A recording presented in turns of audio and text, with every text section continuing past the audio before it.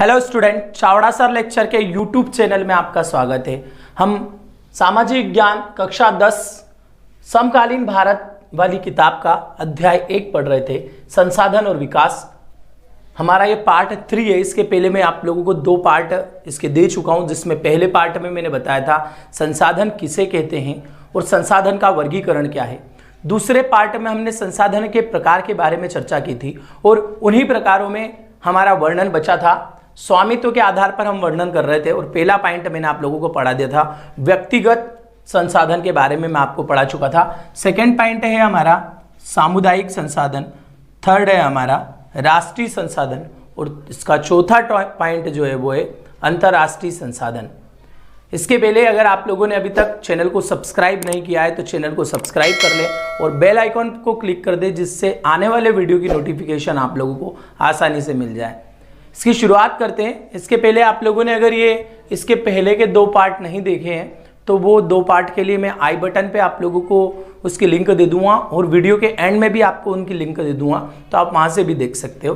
तो शुरुआत करते हैं। सामुदायिक संसाधन वे संसाधन जो सभी लोगों के लिए होते हैं, मतलब जिनका इस्तेमाल सब व्यक्ति करते हैं, वो क्या कहलाते हैं? सामुदायिक या सार्वजनिक संसाधन कहलाते हैं। जिसका उपयोग सामूहिक या सार्वजनिक तौर पर किया जाता है, सामुदायिक संसाधन कहलाते हैं। कौन से?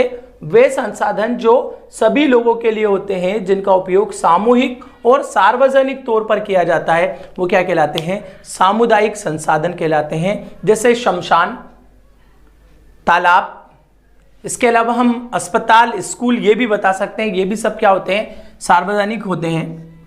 अस्पताल, स्कूल, ये सभी क्या होते हैं? सामुदायिक संसाधन होते हैं, जिनका उपयोग हम सभी लोग करते हैं। इन पर कुछ पे नियंत्रण सरकार का होता है, कुछ पे सरकार का नियंत्रण नहीं भी होता है, पर वो समूह इस्तेमाल करता है। सामुदायिक मतलब समूह के इस्तेमाल करने का काम, तो समूह इस्तेमाल करता है, इसलिए हम उसको क्या लेंगे? सामुदायिक संसाधन। तो वे संसाधन जो सभी लोगों के लिए होते हैं वो क्या कहलाते हैं? सामुदायिक संसाधन कहलाते हैं। इसका थर्ड पार्ट है राष्ट्रीय संसाधन। राष्ट्रीय संसाधन वे संसाधन जिस पर देश की सरकार का स्वामित्व होता है। आप लोगों को पता होगा रेल पर सरकार का स्वामित्व है, बिजली पर सरकार का स्वामित्व है, ऐसे अनेक चीजें ऐसी है, सड़क है या अन्य चीजें बहुत सारी ऐसी है जिन पे सरकार का स्वामित्व होता है। अगर सरकार का स्वामित्व नहीं भी हो और सरकार को अगर जरूरत लग जाती है तो वो किसी निजी व्यक्ति के सामान को भी अपने स्वामित्व में ले सकती है, अधिग्रहण कर सकती है। जैसे आप लोगों ने देखा होगा चुनाव के समय में बसों का अधिग्रहण गवर्नमेंट करती है। ऐसे ही हम कह सकते हैं किसी क्षेत्र विशेष में अगर उनको पानी की कमी लग रही है और किसी एक व्यक्ति के यहाँ कुआं या ट्यूबवेल है तो वो उसका अधिग्रहण करके सब लोगों को उससे पानी प्रोवाइड करा देते हैं। तो ऐसे ही जो होता है, देश की सरकार को अधिकार होता है कि वह व्यक्तिगत संसाधनों पर अधिग्रहण कर सकती है। उदाहरण, सारे खनिज जो जमीन में होते हैं वो सरकारी संसाधन है। जल संसाधन जितने भी पानी को उपलब्ध कराती है वो सारे संसाधन सरकारी हो सकते हैं, राष्ट्रीय हो सकते हैं। वन, रेल आदि, ये सभी कौन से संसाधन में आते हैं? राष्ट्रीय संसाधन में। सामुदायिक संसाधन वे संसाधन जो सभी लोगों के लिए होते हैं, जिनका उपयोग सामूहिक या सार्वजनिक तौर पर किया जाता है, सामुदायिक संसाधन कहलाते हैं। शमशान, तालाब, अस्पताल, स्कूल आदि। राष्ट्रीय संसाधन वे संसाधन जिस पर देश की सरकार का स्वामित्व होता है और देश की सरकार को अधिकार होता है कि वह व्यक्तिगत संसाधनों पर भी अधिग्रहण कर सकती है, वो क्या कहलाते हैं? राष्ट्रीय संसाधन कहलाते हैं। जैसे सारे खनिज, जल संसाधन, वन, रेल आदि। इसके बाद हम देखते हैं अंतर्राष्ट्रीय संसाधन। इसका चौथा पॉइंट है अंतर्राष्ट्रीय संसाधन। अंतर्राष्ट्रीय संसाधन वे संसाधन जिस पर किसी एक राष्ट्र का अधिकार न होते हुए अंतर्राष्ट्रीय संस्था का अधिकार होता है। जैसे किसी भी देश की जो तटवर्ती सीमा होती है, आप लोगों ने देखा होगा भारत के नीचे वाले भाग में हिंद महासागर है, तो किसी भी देश की जो समुद्री सीमा होती है, उस समुद्री सीमा में 200 मील के बाद जो महासागर में जो भी संसाधन होते हैं उसका अधिकार किसके पास होता है? उसकी परमिशन किससे लेनी पड़ती है? अंतर्राष्ट्रीय संस्थाओं से लेनी पड़ती है, इसलिए वो क्या कहलाते हैं? अंतर्राष्ट्रीय संसाधन कहलाते हैं। तो कुछ संसाधन ऐसे होते हैं जिन पर नियंत्रण अंतर्राष्ट्रीय संस्थाएं करती है। जैसे किसी देश की तल से 200 समुद्री मील की दूरी से दूर महासागरीय संसाधन पर किसी भी देश का अधिकार नहीं होता है। मतलब अगर समुद्री तल की बात करें तो समुद्री तल में 200 समुद्री मील दूर हमारा अधिकार क्षेत्र खत्म हो जाता है। किसी भी देश का अधिकार क्षेत्र वो क्या होता है, खत्म हो जाता है। उसके बाद किसका अधिकार आ जाता है, अंतरराष्ट्रीय संस्थाओं का आ जाता है। तो ये 4 पॉइंट हो गए हमारे स्वामित्व के आधार पे कौन कौन से, व्यक्तिगत संसाधन, इसके बाद हमने देखा सामुदायिक संसाधन, फिर हमने पढ़ा राष्ट्रीय संसाधन और चौथा अंतरराष्ट्रीय संसाधन। अब हम अगला टॉपिक देखते हैं इसका। तो हमारे 3 प्रकारों की डिटेल हो चुकी है। चौथा प्रकार है हमारे विकास के स्तर के आधार पर, और इसमें भी 4 टॉपिक बनते हैं, संभावित संसाधन, विकसित संसाधन, भंडारण और संचित कोष। तो हम जो क्वेश्चन की लाइनअप चलती हुई आ रही है हमारी संसाधन के प्रकार, और संसाधन के प्रकार में हमने मुख्य 4 प्रकार पढ़े थे, और उन चारों प्रकारों की जब वर्णन कर रहे हैं तो उनके अंदर भी अनेक प्रकार निकलते हुए आ रहे हैं। टॉपिक लंबा जरूर है, पर ये जब आप लोगों को एग्जाम में आएगा तो ये पूरा अलग अलग बिखरा हुआ आएगा। मैं बताऊंगा कैसे आता है एग्जाम में। विकास के स्तर के आधार पर 4 प्रकार के होंगे, संभावित संसाधन, विकसित संसाधन, भंडारण और संचित कोष।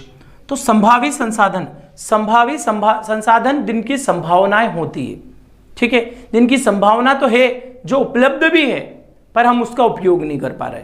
कैसे? जैसे मान लो कि कोई मरुस्थलीय भूमि है राजस्थान की या गुजरात की, कच्छ की इधर साइड पश्चिमी एरिया में, तो वहां पे सौर ऊर्जा और पवन ऊर्जा की बहुत ज्यादा मात्रा होती है, पर हम उसके साधन नहीं लगा पा रहे हैं। जैसे पवन चक्की नहीं लगा पा रहे हैं, सोलर पैनल नहीं लगा पा रहे हैं, जिसके कारण वो जो संसाधन है उसका उपयोग सही से नहीं हो रहा है। क्यों? क्योंकि वहां पे धूप तेज होती है, हवाएं भी चलती है, पर हम सौर ऊर्जा और पवन ऊर्जा के साधन वहां पे लगा नहीं पा रहे हैं, जिससे हमें वो ऊर्जा प्राप्त नहीं हो रही है।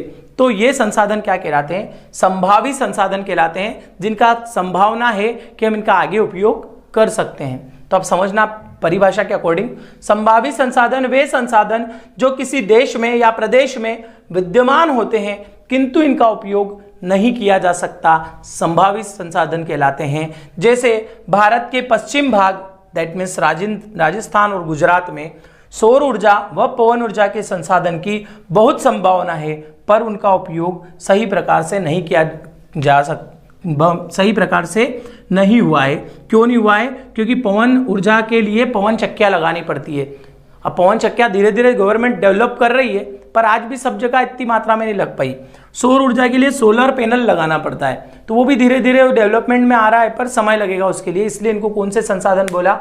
संभावित संसाधन कहा गया है। अब हम देखते हैं विकसित संसाधन, भंडारण और संचित कोष। आप एक स्क्रीनशॉट लेते रहिएगा, स्क्रीनशॉट लेने में कोई दिक्कत नहीं आती है। जैसे ही मैं हटता हूं तो आप लोग स्क्रीनशॉट ले लिया कीजिए। तो सेकंड पॉइंट इसका, विकसित संसाधन वे संसाधन जिनका सर्वेक्षण किया जा चुका है, मतलब जानकारी पूरी बना ली, आंकड़े पूरे बना लिए, उनके उपयोग की मात्रा भी निर्धारित की जा चुकी है। मतलब कितना उपयोग में लेना है ये भी पहले से तय हो चुका है। वो क्या कहलाते हैं? विकसित संसाधन कहलाते हैं। वे संसाधन जिनका सर्वेक्षण किया जा चुका है और जिनके उपयोग की मात्रा भी निर्धारित की जा चुकी है, वो क्या कहलाते हैं? विकसित संसाधन कहलाते हैं। अब तीसरा, भंडारण। भंडारण पर्यावरण में उपलब्ध वे पदार्थ जो मानव की आवश्यकता की पूर्ति कर सकते हैं। मतलब उपलब्ध तो है, मनुष्य की आवश्यकता की पूर्ति भी कर सकते हैं, पर उसके लिए हमारे पास प्रौद्योगिकी का अभाव है। क्या है? प्रौद्योगिकी का अभाव है। पर्यावरण में उपलब्ध वे पदार्थ जो मानव की आवश्यकता की पूर्ति कर सकते हैं, लेकिन प्रौद्योगिकी के अभाव में इनका उपयोग नहीं किया जा सकता, वो क्या कहलाते हैं? भंडारण कहलाते हैं। जैसे पानी है, आप लोग पानी सभी लोग पीते हो, आपको सभी को पानी के बारे में नॉलेज होगा। पानी का सूत्र होता है H2O। H2O मतलब 2 गैस, एक हाइड्रोजन और एक ऑक्सीजन। पर आज तक ऐसी कोई प्रौद्योगिकी नहीं बनी जो पानी को तोड़ के हाइड्रोजन और ऑक्सीजन में बदल दे। अगर जिस दिन ये निर्मित हो जाएगी तो ऑक्सीजन की कमी या हाइड्रोजन की कमी खत्म हो जाएगी। ठीक है, तो ये है तो सही, पर्यावरण में तो उपलब्ध है, पर इसकी सहायता से प्रौद्योगिकी का अभाव है, इसलिए इसका उपयोग हम अलग अलग नहीं कर सकते हैं। तो जैसे H2 है या पानी है, इसको हम हाइड्रोजन गैस और ऑक्सीजन गैस अलग अलग इससे नहीं बना सकते। हाँ, हाइड्रोजन और ऑक्सीजन मिला देना तो पानी जरूर बन जाता है, पर ऑक्सीजन और हाइड्रोजन को अलग अलग करना अभी तक मुश्किल हो रहा है, मतलब प्रैक्टिकली संभव नहीं है। संचित कोश, यह भी भंडारण का ही हिस्सा है।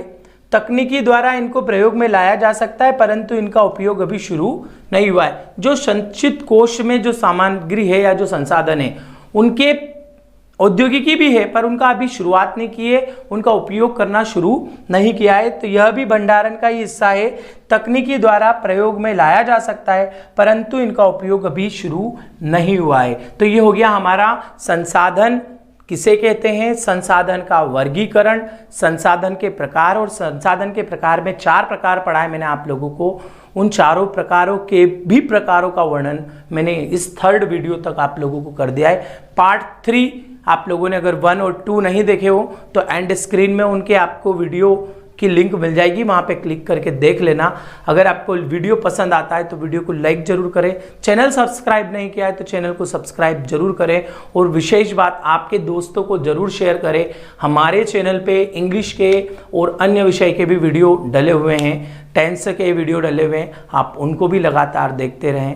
आज के वीडियो को यहीं समाप्त करते हैं। धन्यवाद।